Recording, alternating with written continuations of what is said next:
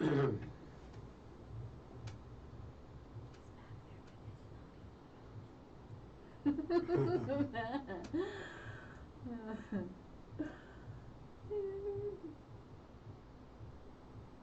music. Can you hear music? I turned it down.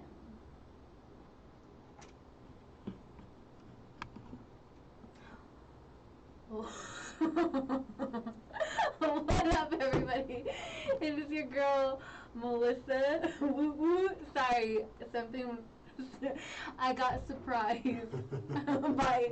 It was very surprised as that happened. Behind the scenes. Yeah, it was a behind the scenes. I turned and someone was like right there, and so sorry for my startledness. It wasn't you. I can't see through the screen, so I wasn't startled by you. Don't take it that way. But it's Friday. I'm excited. It was beautiful today. It was nice today. I mean, it's been, aside from some of the craziness that's happening in our world right now, it was really a nice day. That nice cold breeze in the morning. Yeah. I was like, yay, I'm so excited for sweater weather. But not like super ready? Cold, but like I like this weather. Like I could have 5 months of this weather. See, I like it right between 70 and 80. Yeah. And maybe about 85 when we're outside a little bit, so you could just wear t-shirts and you can. Yes. But you're not too hot. You're not like sweating too, but you're warm. Yeah. I like feeling warm. Yes. We all love feeling warm. Well, maybe not a lot of people. I don't know. But some people, I'm sure they like the cold. Maybe they're just cold-hearted people. I think there are some cold-hearted people out there. You know? There is. That don't feel what anything is going on with anybody else's life but their own. That is a fact. That is very true.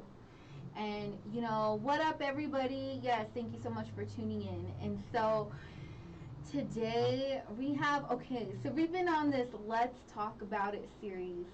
And even before we start that, some of you might know who Charlie is, but some of you might not know. So I'm going to let you introduce yourself before we get into everything. Well, I have a show here over at KUHS. It's called The Council. And we were just on before your show. We come on at 1 o'clock to 2 o'clock. And I've been doing that for almost 4 years. We just had our 100th show today. Woo-woo! Yeah, which was amazing. We've been doing exciting. Yes, I know. We're going to be celebrating my 100th show here coming up soon, too. Yay, see? Yeah. So congratulations on your 100th show, because that's exciting, y'all. I don't know if you know, like, all the hard work that goes in to shows and everything, but Charlie, if you haven't checked out Charlie's, his shows are amazing. Like, you need to go check them out. Like, you get so much information. Your shows are like the ones that I always have to go back and rewatch because they're like so good information that you want to write everything down. So listening it to like just one time, you can't. Like, you have to go back. That's nice. So go check out The Council. It's amazing. And given those claps and you know, all in the comments because Charlie hit his 100th show today. So congratulations. Thank you. It's pretty exciting. It's, I didn't imagine it when we first started. When Henry, when I came in to do a show, and I was doing Dr. Lowell's show, and I was just moved back from Los Angeles, and was just kind of getting reestablished and regrounded here. I was born and raised here in Denver, and I just didn't know what I was going to do, and they brought me in to do his show, and of course Henry and everybody said, well, why don't you want to do your own show? And I thought, I don't know anything about doing TV. I've done a lot of acting and a lot of performing when I was out in Los Angeles, theater work and some film work. But I didn't do anything about, hosting my own show. And so it was a little bit different. And to know, and it was kind of this idea of, well, what do I want the show to be about? I want it to be inclusive, and I'm in healing work, and I'm helping people to overcome PTSD and trauma, help veterans and others to understand where their trauma is and how to recover from it, how to transform it, how to really let go of those stories that are haunting them. And I coach people to move through that so that they know how to be able to do it. And so I've been working with that for now it's almost 9 years, almost 10 years. But when I came here, I was trying to put all that stuff together. And so I thought, well, why don't I, but I also wanted to help educate people. Use it as a way to teach people about different ideas and thoughts and things that they maybe didn't know about, and give it different perspectives. And so the idea of the council came. I can focus on the healing work for veterans and other trauma survivors to help them to navigate and reclaim the lives that they were meant to live, and not to be locked up in the trauma, but also to give people information about psychology and philosophy and theater and history, telling great stories about people who've come out of very difficult circumstances and have triumphed, have overcome the odds, to give voice to the voiceless, to be able to provide a platform that allows for a lot of different ideas to be shared, so that it's a place where people feel like, not only did I learn a lot, but I feel good. Yeah, definitely. I feel good, and it gives people hope, is what I hope. Yes, and it does. And there's so much great information. Like, you had a series not too long ago, which is all veterans and everything, that was amazing. And if you haven't watched it, go back, rewatch the whole entire series, because it was phenomenal. And it does. It really educates you on everything, and you learn. And it's a new insight, especially for like people like me who, you know a little bit, but you don't really know like in depth of everything that's happening. So you learn a lot of new stuff of like, wow, like this is really what's going on. Like, wow, this is what's happening. So you get all that information, you get educated, and you get to feel like better that because now you can say like, I relate to you, like in that way, like not relate as I was in the same pain as you, but now I can relate because I understand it and I know what's going on. So well, it's being able to allow people to be able to sit with you once every 2 weeks. That's when, or for you it's every week, to be able to come there. It's almost like you're connecting to people all over the world, and it's like a home. It's like some place that they can. I see it as a public service. We're serving the populace, the people, our audience that tunes in, and they're coming there for a reason. And this is our platform to be able to do it. We have such an amazing platform here at KUHS to be able to really reach a wide audience from people all over the world that listen to our programs, which is really, really incredible. And so I feel there's like a responsibility when we do a show, or when I do a show, and I want to try to give the best information that I can out there, and also to have shows where you have fun. You can't always be serious. I can be very heavy and serious on my shows. Like today's show was a heavy show, but we also have interesting, fun shows, because life is not all I know. I feel like I go through that in stages of my show too, like in here, and like it'll be very serious, like now, like let's talk about it, right? But then you'll turn around and just have fun shows and be like, all right, let's enjoy. Like, life isn't always like a Debbie Downer. You can't, because otherwise it's too depressing. You're in despair. No, you got to have some kind of levity, fun, people playing music, or songs, or people just talking about really interesting things. Like a couple weeks ago, I had Dr. Elisa on the show, and she went through my whole astrology. Oh, there you go. Actually broke down the whole astrology chart, so it doesn't always have to be serious stuff, although we need to touch on those serious things. Because that's what's happening, and we need people who are really trying to help us to navigate through these really difficult times. And speaking of difficult times, there's a lot has been happening in our world, and we're not going to get political on here. We don't like to really bring political to the show because there's just so many views, so many things, but it's a good thing to bring it up sometimes, because even like our topic today, when we're talking about betrayal, and you feel kind of, I think people feel betrayed, our country feels betrayed. Our country right now feels really betrayed. There's a lot of betrayal, so it kind of is like on point today of like what we're going to be speaking about. And so today I know a lot of you have been tuning in and listening to these series, and today we're going to just be talking about betrayal, and like it's a big topic. it is a big topic. We're just going to be able to like get a little bit of it. It's a big we're going to just scratch a little bit of the surface for y'all and, speak on it. But, betrayal, I mean, where do we even begin? Well, it's if you got to look at betrayal as, one of the first instances that we know of betrayal that comes to us in our Judeo-Christian tradition is the betrayal of Cain and Abel. Cain killing his brother Abel, right? Yeah. And so it was a betrayal of trust and fidelity and loyalty and that sense of, that's my brother, right? Yeah. And so other betrayals that we come in the Judeo-Christian, of course you have Judas and Jesus. You have other people who have come down to us where, Tristan and Isolde is another one where there's betrayal of love and those things. Yeah.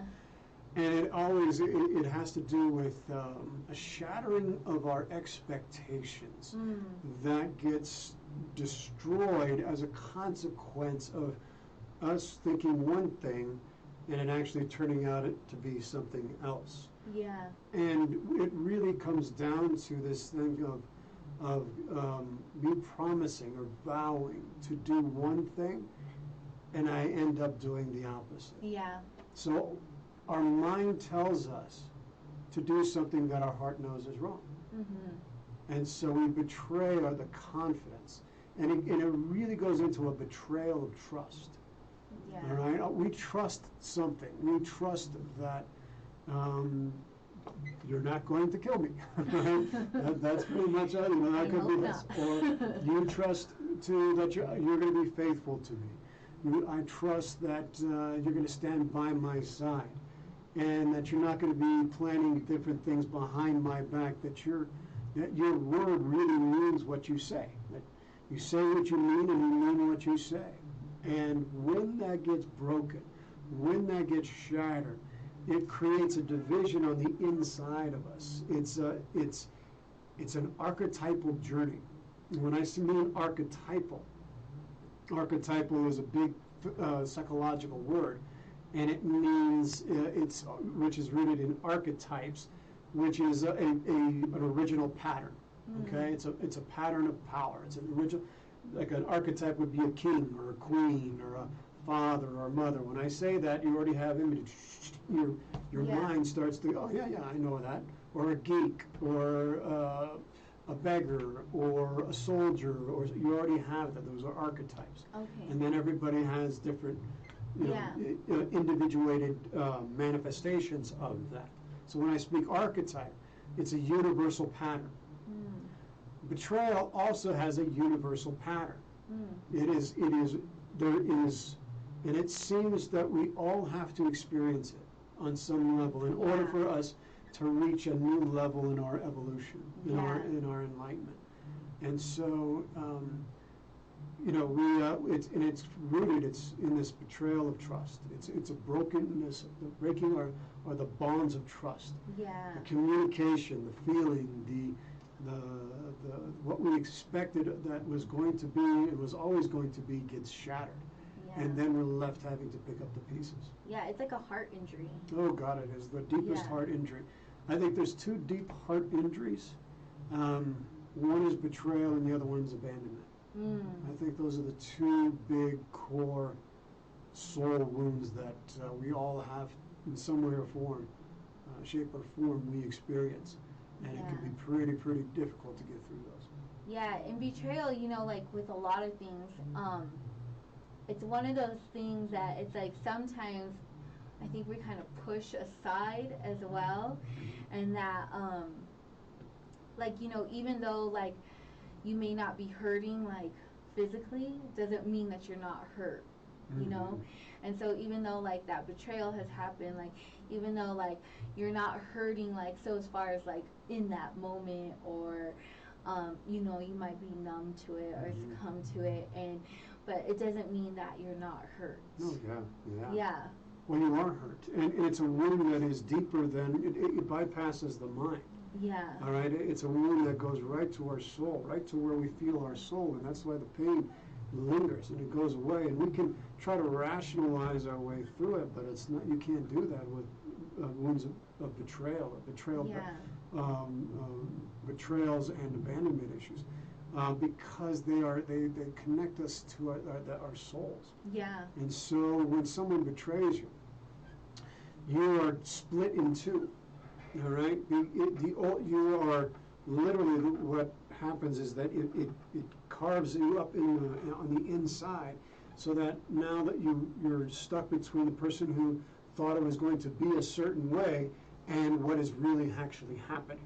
Yeah. And so you're caught between wanting to go back to the way it was originally because you were not having to deal with this pain, and then you're having to deal with the reality and the fact that, oh my gosh, this person lied to me, cheated on me, betrayed me, deceived me, and it's all rooted in deception. Yeah. You know, and that's at the core of it, is the lie. It's the sense that you weren't keeping faith with me. Yeah. You know, and so you weren't who you said you were, right? Yeah. And a lot of the things that is coming on with the betrayal that a lot of veterans are feeling right now, because of what happened what's going on in Afghanistan, and the way that our political leaders have absolutely catastrophically undermined all of the work that all those amazing men and women who went there and sacrificed so much, and even that they went there to go do. And in many places we're succeeding. So there's a betrayal of our values. Yeah. You know, if I say to you, my value is, you know, that I'm going to be faithful to you, Melissa. Yeah. I'm going to be honest with you. I'm going to stand by your side. All right? And I make that commitment to you. And then I break that commitment. Right? Yeah. Well, how does that make you feel? It just, man. Did I live up to my values? No, but then you also just crushed every aspect. Right. It's a crushing thing. You crush somebody's spirit. Mm-hmm. You crush everything that makes them feel so good and alive and ready to just, you know. And all that confidence too, like, and like you said, a lot of it is like that trust, because then it's like I had so much trust in like your word and what you said as well. Yeah. Yeah. If I'm going to be there for you, and then they're not, or they've been surreptitiously, there's the word, right? Surreptitiously, which means secretly, right? They're surreptitiously talking or planning something behind your back. That they're saying, you know what, I'm going to be here for you, I'm going to be with you, I'm going to stand by your side, but in the meantime, I'm making a plan to escape. Mm-hmm. I'm talking to another man or another woman or your enemy or whatever it is. Yeah. And I'm talking to you over there, but I'm keeping this. I'm making you pretend that this is the real deal, right? That this is genuine, that this is that I'm going to keep my word. My word is my bond. Yeah. But I'm making this over here, and then all of a sudden I do that thing and I break. It shatters us. Yeah. On the inside. Yeah, and to recover from that, you never fully recover from it, but what you do is you grow bigger than it. Yeah. You have to grow larger than that experience. But the journey is extraordinarily painful. Yes. And you've got to have a little faith in something larger than yourself to get through those things. Yes. And so how do you think, or I guess a couple questions in that, you know, I don't know if you can answer them. I throw questions out there all the time because I think everybody has the answers for me. You have a lot of answers. I know. I've watched your show. You've got a great answers. But, so, one, what makes you think people betray people? Whether, because I think sometimes, right, if we're being honest, sometimes people betray people intentionally, but sometimes people betray people unintentionally, like not knowing that they betrayed somebody because that person held them to a high expectation, an expectation that they might not have known, but then they did something and then they feel like betrayed on that part. Yeah, no, there are times where I think, a lot of it, and that's why communication is so important, you know, and establishing early on with the person that regardless of what happens between the two, I'm going to be honest with you. I'm going to be straightforward. Let me be clear at the beginning, because if your expectations are this, and somebody else is holding a higher expectation, and you're at a lower expectation, and let's say I'm, as an example for dating, right? Yeah. One person thinks that that this is a really serious thing, and they're getting ready to go to the altar, and the other person's not thinking that way. So, they're just out to have a good time. Yeah. Right? It could be a man or woman, right? It could be. Mm-hmm. And so then that man or woman is not necessarily, living up to the expectations of, you're going to be there with me, and we're going to be there all the time, and we're going to get married, and they keep waiting and waiting and waiting, hoping that you're on the same expectation as and the other person's out having fun. Yeah. Out doing those things. So when those expectations aren't met, yes, one person could be, this wasn't anything, I don't know why. So, but you could still, the other person could still feel betrayed. Yeah. By that other person. Yeah. And then, too, and I feel like I think sometimes our betrayals might be us, like, because we're holding it to that higher expectation. Mm-hmm.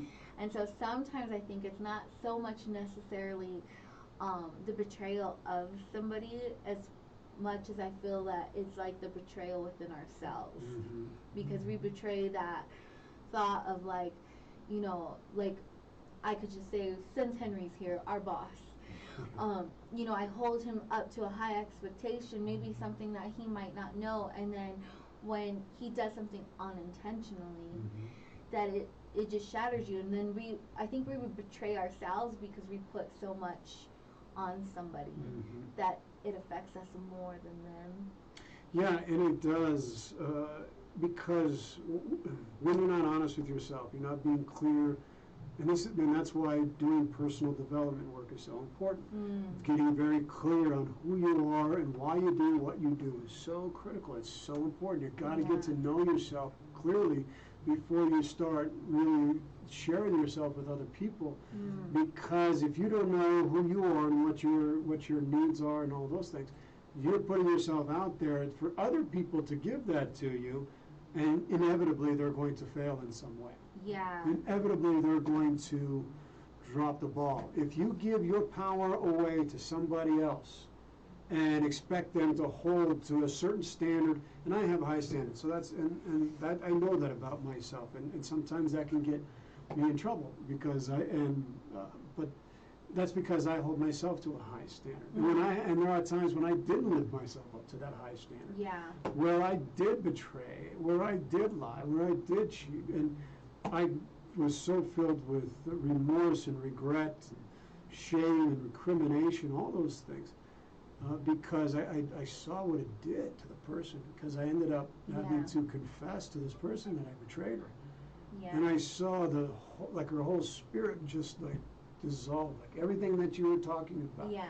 The confidence and the feelings and the being open-hearted and joyful. It was like you popped the balloon, and she just deflated. Yeah. And I saw that in her, and I thought, oh my God, I will never, ever do that again. Yeah. I will never betray somebody's love. I won't do that again. Yeah. Because, and a lot of times, why people betray? Why do we do that? Right? Mm-hmm. Sometimes it's because you think the other person's betraying you, that they're sneaking behind your back. Yeah. It's a lack of confidence. You've been hurt before, so it becomes a defensive mechanism to protect yourself. Yeah. There's a better offer out there, or you think there's a better offer out there. The grass ain't always greener. Yeah. Come on, somebody. Right? Yeah. When you think the grass is greener on the other side, or alcohol or drugs are involved, and you lose your better judgment. And so that part of you that stands as the sentinel to guard and protect and make sure you don't do something stupid, that when you drink alcohol or you do drugs, that sentinel goes away. And so your better judgment, and then they're like, well, you know what, this person won't know. Yeah. She won't really know. Yeah, but you know where you might get away with it for a while. But guess what? Your mind knows you've done it. Your heart knows you've done it. Your body knows you're done, and your soul knows you're done. You can't run away from that. Yeah. You'll always be reminded, and that's why people who have experienced betrayals in their relationships, every time that they look at that person that they're with, they're reminded of what they did. Yeah. There's the constant, and so then they get angry at that person for reminding them. So it's almost, you become guilt provokes rage, folks. Yeah. Guilt definitely. provokes rage. And watch that in people, watch that in yourselves. And, that's, when you engage with some of these deep core human issues, fundamental core issues of interrelationships and communication and love and sisterhood and brotherhood and those things, a wound can heal. Yeah. But these deep wounds can take a lifetime to repair. Oh yeah, it definitely can. And then, talking about a lifetime, because I think a lot of people just don't know how to take the steps after betrayal, whether they're the betrayer or the one getting betrayed. Yeah. And so what would you say are good steps to start in that process? Well, before you start in the process, I mean, we're going into relational dynamics. Because that's what a lot of times, that's most acutely where most people, majority of people are going to experience betrayal. Right now, the veterans are experiencing a different kind of betrayal. They're having a betrayal of, we've betrayed our allies, we've betrayed our values, and every American who has asked for this country to make promises to those Afghans and the interpreters, only to have the political leaders break those promises. Okay, we're going to stand by your side. And then when that is broken, that leaves a deep scar. That's a deep moral wound, huge. It's moral injury. Yeah. Moral injury is connected to deeply connected to betrayal and abandonment. Because it goes against what's right, and we know it. And we all know it. We all know it. And it doesn't matter if we lie to ourselves. Yeah. We know when it's the right thing to do, and when we've done something that has betrayed our friends or our lovers. But in relationships, when people get into relationships, and that's when most people experience it. Yeah. You're gonna play. There's a difference. You have relationships are either based on loyalty, fidelity, and trust, or they're based on infidelity, deception, and lies. So right? good. Yeah. So it depends on, and one or the other, based upon the people involved and your commitment to one another, your intentions with each other, will determine whether you create loyalty bonds or betrayal bonds. Okay? Yeah. Loyalty bonds, and every couple is going to go through challenges. Yeah. Every couple is going to, they're going to struggle. And if you're together, it's going to make you stronger. Yeah. Betrayal bonds work that way, but it works in a very toxic way. Okay? Betrayal bonds involve an intimate partner. It involves an ordeal of some kind, an escalation of conflict that reaches a climax. Okay?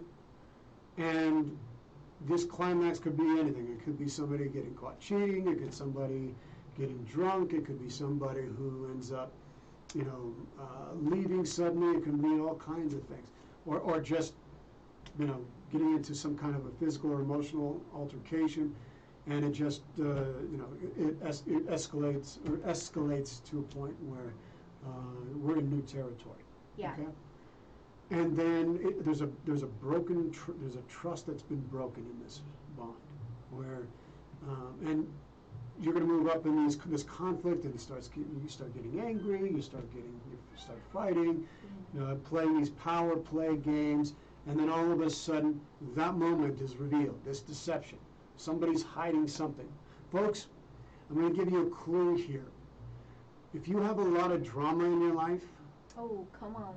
If you have a lot of drama, I guarantee you there's deceit. I guarantee you. Yeah. It might be you who's lying. Right? It might be you who's not telling the truth. It might be you who's unhappy or whatever. Or it might be me who's been saying yes all this time but really means no. Or I'm saying that I'm really happy in this marriage or this relationship, and it turns out that I'm not. Yeah. You know. Or I've got a lover, or I've got. But I guarantee you've got a lot of drama in your relationships or your marriage. There's deceit. You best believe it. Let me tell you. Anytime you're dealing with trauma or drama, yeah, there is a need to excavate to a deeper truth. There's a need. Yeah, there really is. And like, I can speak from personal experience, like even from being, as most of you know who've been on the show, know that, I'm a survivor of domestic violence.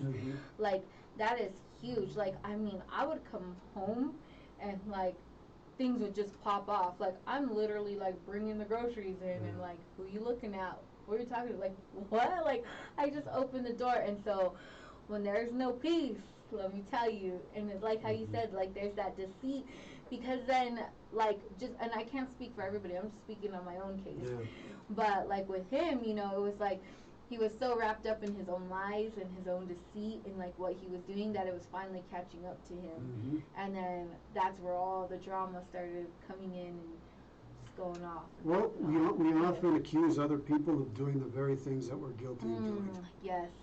And people think that's so cliche, but it's not. You really do. Like, when you start accusing somebody of something, like, you better start doing a self-check, because the very thing that you're accusing them of, you're probably doing it yourself. And I say that because it could be anywhere. Like, not even just in relationships, like, just kind of to broaden your, horizon a little bit more. Sometimes when you're in that position, it's because you really are, like, doing it. Maybe it's not in that relationship specifically, but things that you're doing, and you're accusing them of the very thing that you're doing.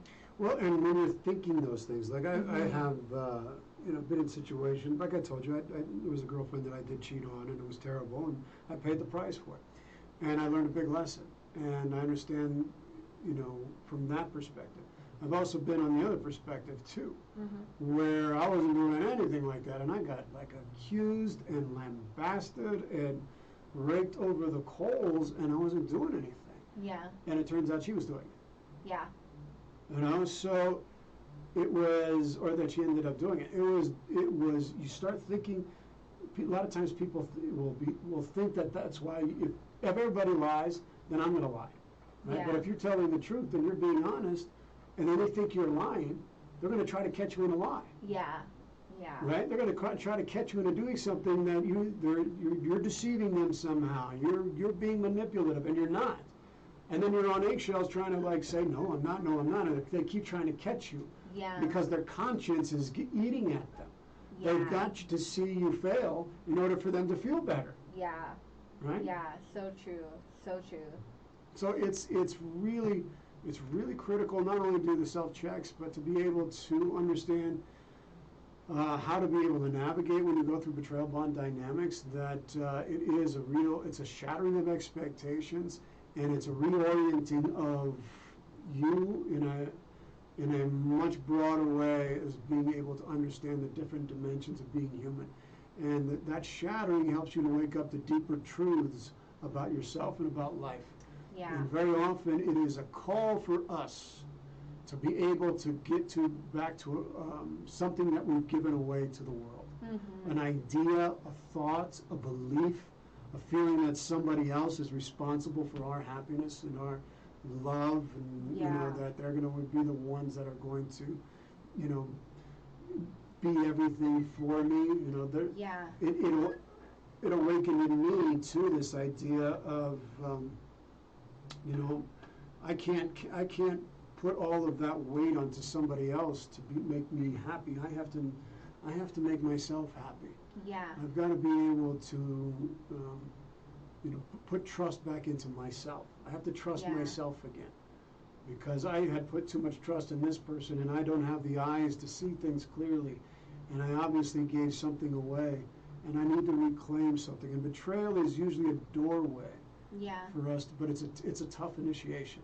It's a tough initiation. It is so tough, and you know, I'm glad that you brought that up though too, because also I think a lot of times, you know, and again, like when we think of betrayal, right? We're just like, I know even right now, when you think of betrayal, you automatically, those names come to your head. That's right. Those people come to your head, those thoughts come to your head, right? And you're like, oh, that person, come on. Like, I mean, and even if we're the betrayer, like you think like, man, I did them wrong. Like, it comes to your mind, right? But I also think, you know, and if we're looking at the other side, because like we just think one-sided of it, right? But I also think like when you look at the other side, betrayal is also sometimes necessary for our growth, right? I think a lot of times we forget, and not that we want betrayal or we're asking for it or wishing it upon anybody, because that's far from it. But sometimes you need that betrayal to help you grow, to get you to where you are, you know? And I think of like in the Bible, you know, and I'm just, because, you know, you guys know who I am, but I think of in the Bible, even like, we think of Judas, right? And how, like, man, he's a betrayer, he betrayed Jesus, this and that. But, like, Jesus still looked at him as a friend, you know? Like, Jesus still needed him to betray him to finish out his purpose. If Judas doesn't betray Jesus, Jesus doesn't die and resurrect on the cross. Yeah. I mean, there is a interconnected relationship and interdependence that both the betrayer and the betrayed have. And that's a deep understanding and looking at it, because it's easy to point, well, look at how, well, at the same time, the story isn't the story without that betrayal. Yeah. And so, you know, sometimes when you're looking to like, oh, like, get rid of the Judases in my life, sometimes you need the Judases in your life to get you to that next destination. To your highest potential. Yep. Yeah. To the highest potential that you, I mean, it was required of that for Jesus to be able to have that in order to fulfill his destiny. Yeah. And so sometimes the people who come in and betray us are the very ones that catalyze us to become the people we were meant to become. Yeah, and if you look at now, right, if you look at today and you're doing self-examination, you're looking at yourself, like I know for me, and I don't speak on anybody else's situations, I can only speak on my own, but I know like all the betrayals of the people that like, and I've been a betrayer too, don't get me wrong, I am an imperfect person, and I know I've hurt people, and I've done things, but for the betrayer, the people that have betrayed me, like those were deep, deep hurts, like you said. And I literally wouldn't be the woman I am today without all of those betrayals happening. Like, I wouldn't be stronger. I wouldn't be confident. I wouldn't stand my ground. I wouldn't have high expectations. I would still be this lowly girl just letting everybody do whatever they want. You know, so we do need those betrayals as much as we don't want them. There's gifts in them. Yeah. And that's, you don't see it when you're going through it, for sure. Definitely. Not at all. and it's immense pain that you go through, but there are things you become more attuned about what's important in your life. You become stronger as a consequence. You're actually are forced to grow. You can either stay stuck in the pain, because you will play in betrayal bond dynamics. You'll play 3 different roles. You play either the perpetrator, the victim, or the rescuer. All right, so you're going to be, if you're the perpetrator of it, you're obviously the one who's the deceiver, right? Yeah. If you're the victim of it, you're going to be the one who's on the receiving end. But the rescuer is going to be the one who wants to jump in there and save everybody and prevent it from happening. And now that I know that this is what's going on in these dynamics, this person who's wounded, I'm gonna save her from herself, and I'm gonna love her and hold on to her and give her all the affection that she needs, so that she knows that I care about her. But if she hasn't been working on her stuff, it's not gonna matter, because that unconscious programming, that unconscious patterning, that betrayal bond dynamic, is what's operating the system. Yeah. And if she isn't, or he is not doing their work, and isn't recognizing that it's going to happen. It's inevitable, it's going to happen, and so you learn that. And there's gifts there. And they're hard to give, but you become more aware about the importance of giving your word and keeping your word, and how important that is. It makes you a kinder person. Yeah. It forces you to be able to open up to a direction that you didn't think you were going to go to in your life. Because I thought I was going to be with you my whole life, and now this has happened, and I got to look in a whole different direction, and that's really scary going that direction, because I don't want to go that direction, but I can't stay here because this is destructive. This is toxic. Yeah. And so it's actually the catalyst that led me to go that direction, to grow and to become a different, and probably, depending upon the person, a better human being than I was before. Yeah, and it truly does. It grows you so much, and you realize, like, I don't know if you've ever done a timeline. I'm weird. Maybe I'm just weird. But sometimes, like, I'll go back and I'll, like, write things. Like, I have in one of my notebooks. For those of you that know me on the show, I talk about it a lot. And even those that know me personally, like, I journal a lot. I write a lot of things down. But I remember in the beginning of 2020, I was sitting there and I was going back and, like, looking over the decade, right? And literally made, like, a whole timeline of going back to, like, what that whole decade was. And, like, where it started, like, where the hurt started for me, where all this stuff. And it was like, man, like, you don't think about it, like, it's in hindsight. But, like, when you're going back, you're just like, man, like, I needed all that. Again, it wasn't pleasant at the time, trust me, because you don't know how many times I cried and just wanted to, you know, never show up, call into work, just sad and depressed, and it affects you in every way. Oh my God, it affects tremendously. There was times when, you know, after the biggest betrayal I had with the woman I was with, you know, it took me a good couple years to really recover from it. Yeah. You know, and horrible nightmares, and it triggered a response of PTS with me, and I just didn't want to get out of bed. I didn't want to communicate. I wanted to kind of isolate. And usually, what's happening is you're automatically, innately, intuitively taking care of your wounds. You're tending to your hurt. You're feeling the pain. You're allowing the pain to speak through you. You're grieving. You're raging. You're crying, and that's the pain speaking through you. And you gotta wait till that pain has nothing else to say. Yeah. You gotta wait till it has nothing else to say, and by God, it will happen. I mean, it doesn't seem like that. There's things that I wrote years ago, and when I was going through a different and I look back and I think, oh my gosh, that was wow. You're like, you can't believe how much growth you come in. You're like, why did I even write that? I didn't even know. And I was like, that's my handwriting. and that's like, I remember that's the date, and I'm like, oh my gosh, I can't believe I wrote that. And you're like, I don't want anybody to see that. Yeah, and it's shocking though, because you are, like, you grow so much.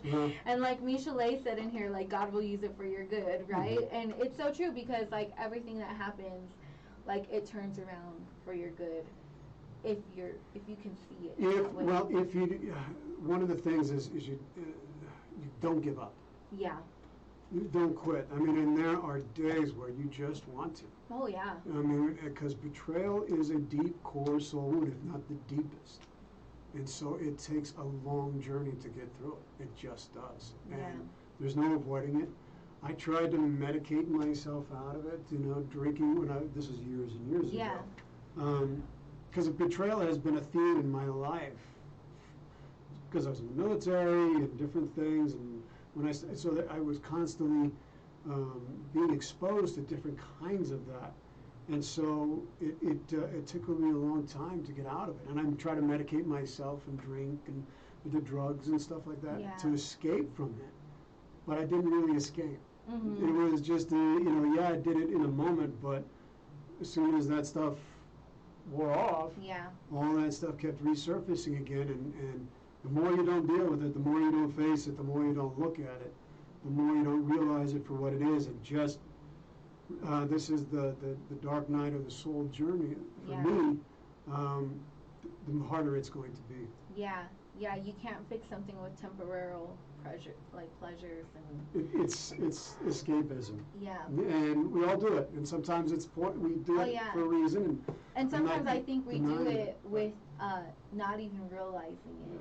I think sometimes we don't, there are times that like we know like what we've done, like I know like looking back like, man, I did all this because I was like in so much pain from that betrayal of like that relationship and that. And then there's sometimes like I'll even catch myself to this day like falling into like old habits or something because I'm like of a betrayal or something, like, oh wow, stop, check yourself, like you know, sometimes you don't realize like that you're not doing it, like you're not taking those steps to heal yourself, and you're finding those substitutes to go to, and it might not be the exact same thing, but you're finding like a substitute, whether like I'm eating chocolate cake every night, you know, yeah, it could be chocolate cake. Very doesn't simple, have to be. yeah, like I'm constantly eating this chocolate cake. Yeah. You know, and one of the things is you got to start analyzing and start to move through it. Is number one is you got to start tending and taking care of yourself. And recognizing this is what's happening. This is how I'm responding to it, and being clear and being honest. You know, I know why I'm eating this cake. I'm eating this cake to make me feel good for a little bit, and that's okay. Being honest, that's okay. But don't deny what the reasons why you're eating that cake. Yeah. Right, and we also recognize we all have to go through the stage of being the victim. Yeah. Okay, that's part of the journey of it. That's part, the pain, the loss, the humiliation, the dissolution of the dreams, the broken dreams, the shattered person. You got to go through that. That's part and parcel of it, and it can be very difficult, and that's why you got to surround yourself with people who care, who love you, who support you. Talking with people through it, but it is a necessary part of that stage. But you don't want to stay stuck there. Yeah. All right, and that's what ends up happening is people stay stuck in being the victim of those things, and it can become an identity. We can take on a victim identity, and that's because that gives us something. We feel something because it takes so much energy to get to the unknown. Who am I going to be after this? Yeah. You know, I know what here I am, this person who was cheated on or betrayed by my lover or my wife or my husband or, you know, boyfriend, girlfriend. So at least I have an identity. I can live in that. But who are you going to be after that? And so you've got to move through that, and you've got to understand and value yourself. The antidote to being a victim of betrayal is self-esteem. Yeah, definitely. To esteem yourself, to love yourself, to have enough self-respect, to say, you know what, I'm not going to let this beat me down. I'm not going to let it get the best of me. I'm gonna keep facing every day with everything I got to be to get out of this. I'm gonna, and if it takes a year, it takes a year. If it takes 2 years, it takes 2 years. But I'm gonna get out.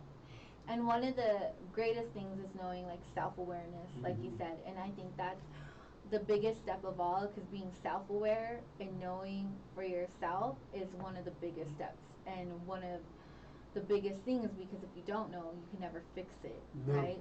And so being that self-aware and knowing like the trauma, the betrayal, the things that you've gone to. And speaking of that, you know, you have a camp coming up. And you know, to help with trauma and PTSD and all the stuff that like we deal with, right?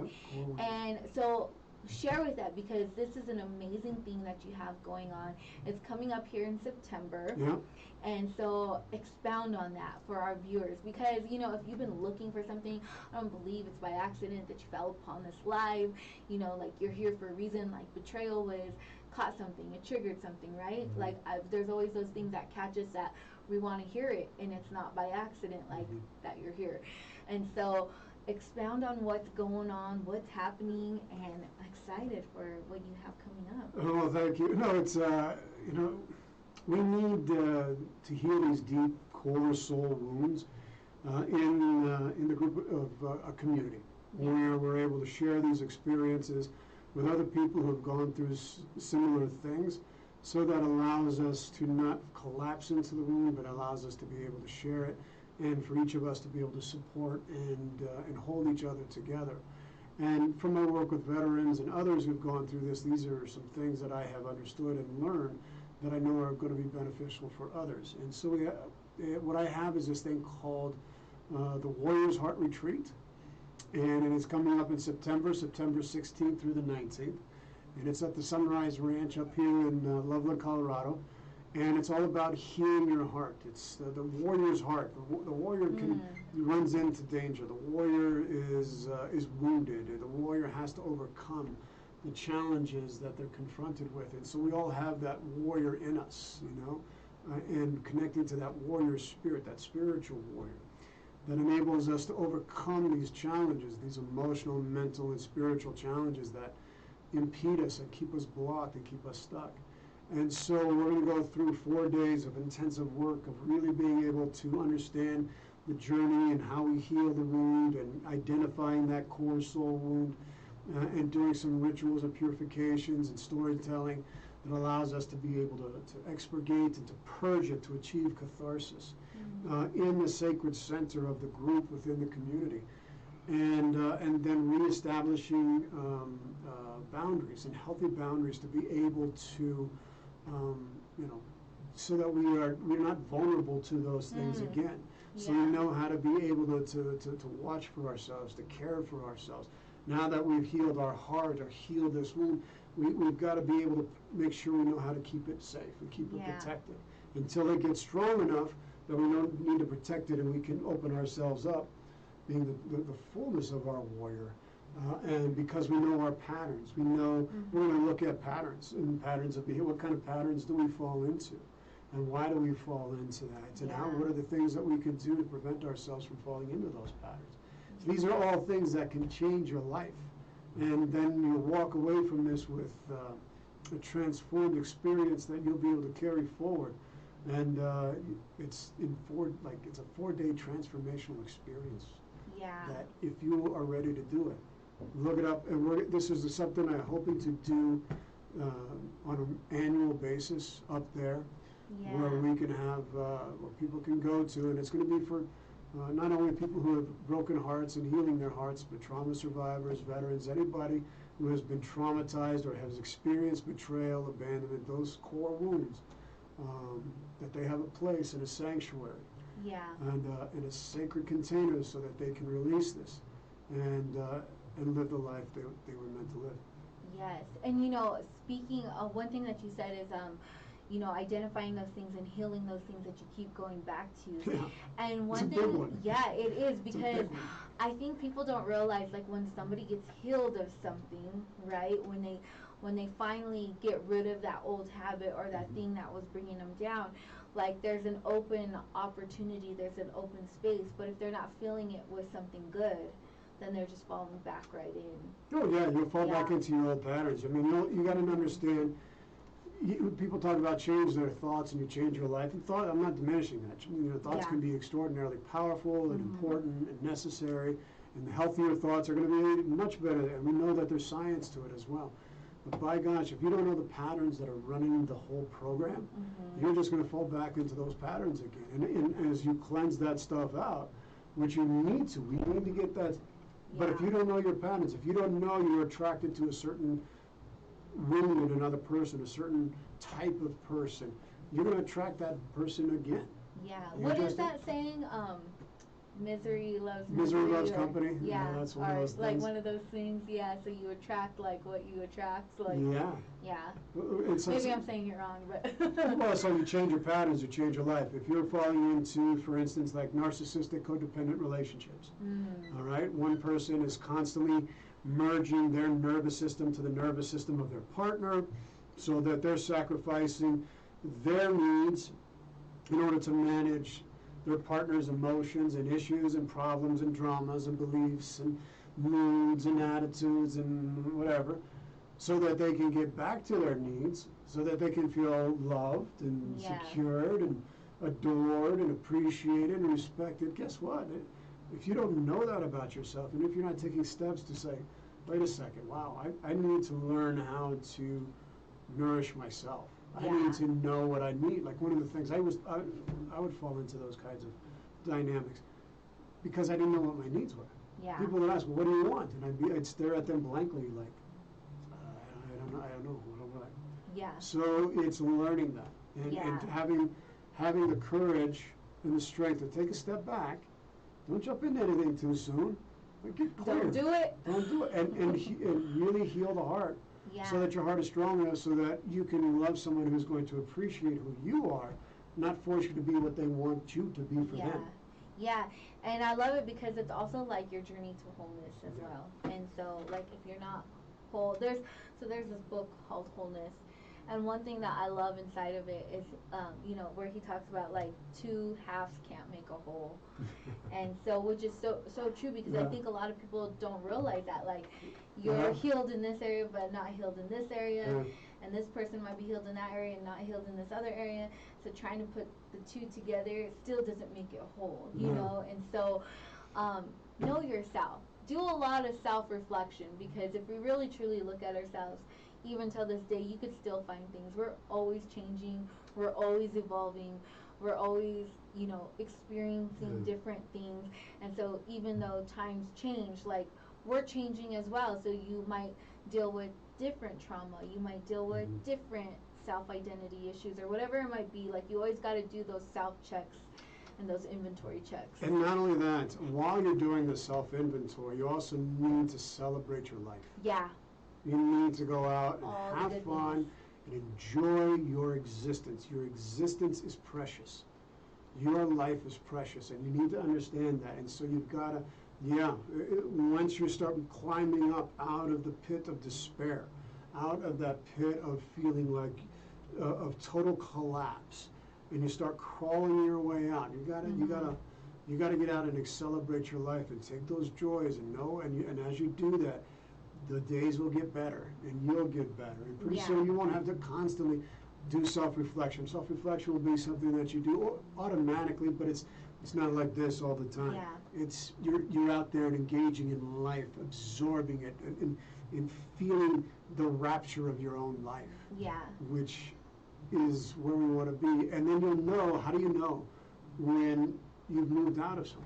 You know? Yeah. And celebrate too those small steps that you are gaining and taking.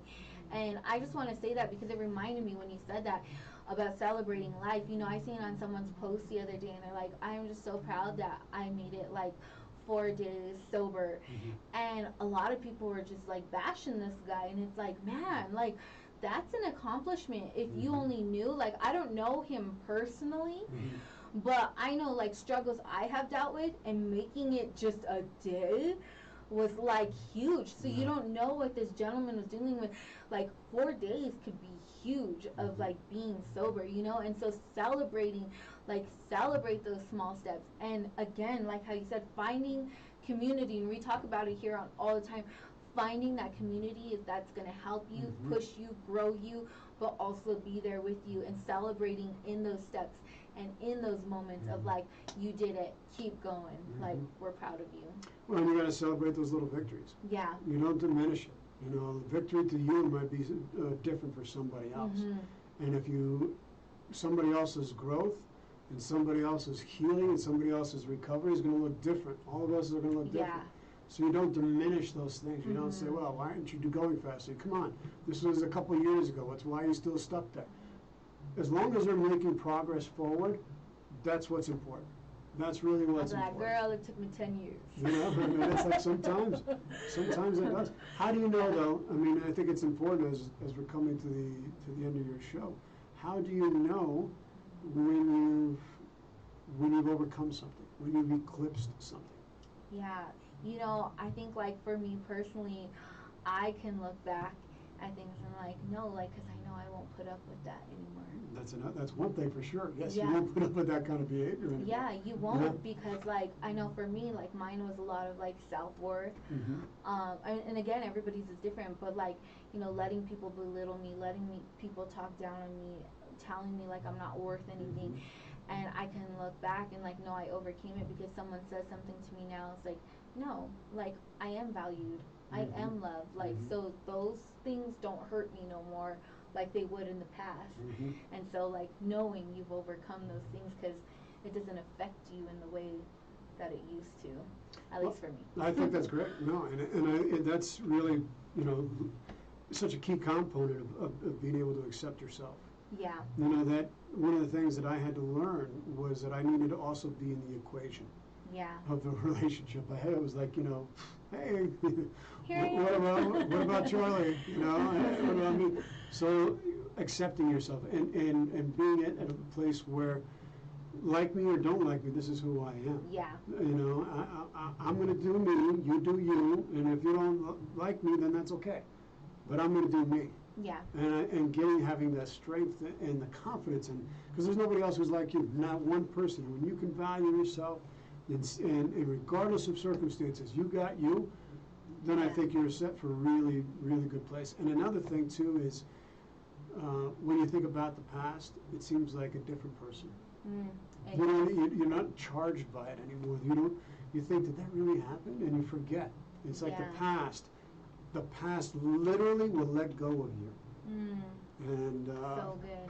Yeah, when that happens, so it's and so amazing. For your retreat, for the Warrior Heart Retreat, where can they go to if they know somebody or maybe they're interested themselves?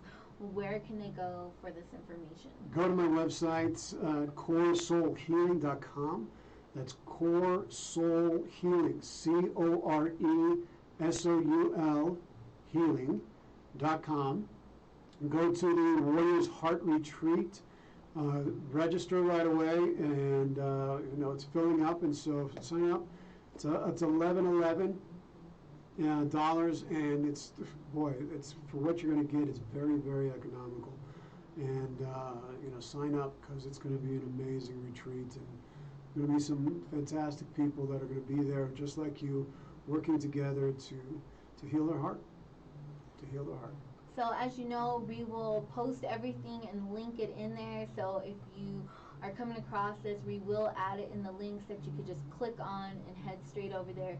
But those of you that are wanting to go now, that's the information that you could head on over or share it with somebody that you might think would benefit, or they would benefit from it. And so, thank you, Charlie, so much for coming on. You always bring so much deep insight, and I love it. I just love these conversations. Charlie's like my favorite person. And if y'all didn't know, Charlie just celebrated a birthday. So wish him a happy birthday in the comments, because Charlie's my man. Charlie, besides Sylvia, was one of the first people that I met here. I think I met you even before I met Sylvia. And me and Charlie just have always had like this good friendship and bond. Mm-hmm. And I love Charlie. So every time I get the opportunity to steal him to come on my show, I'm like, come on, Charlie. And I'm like, don't leave. And I'm like that little kid that hangs on to his foot while he's trying to walk out the door. Thank you. So thank you so much for coming on. And check out his show, The Council. It was on today, and it's on every other Friday from 1 to 2 o'clock. Mm-hmm. And so go check out The Council and all the stuff that he has going on. You can also check out him on Facebook and also on his website, Mm-hmm. which we're giving to you. And so if you want to stay connected, this is a great man, good heart, a lot of information, and truly cares about the well-being of people. And so you are in good hands. And so thank you so much for coming on. And is there anything else you'd like to say before, I feel like I'm always like asking questions and I don't let people say what they want to say. No, thank you, Melissa. Thank you for having me here on your show. You have grown so much. Thank you. mean, it's incredible what you have done with your show and the amazing guests that you've had, and your growth is incredible, and how much you've from when you first started to where you are today. It's really incredible. Charlie's has seen me in my 40 ums in one show, my 67 like. Yeah. So he's seen me from the very beginning. Well, and it's just to see your growth and to see how your personality and everything is just so engaging, so delightful. I can see why your numbers are just like skyrocketing here, and so people just love you, and it's true. You do. Well, thank you. I love you, and I love everybody out there. And so thank you guys so much for tuning in, spending your hour with us here on Ignite with Melissa on KUHS Denver, the stream, bringing you nothing but the best. Come on, somebody. That's right. Come on. And so I just want to remind you, though, today, if no one has told you, I want to let you know that you have purpose, You are loved and you belong. So your man Charlie, the birthday boy, come on somebody.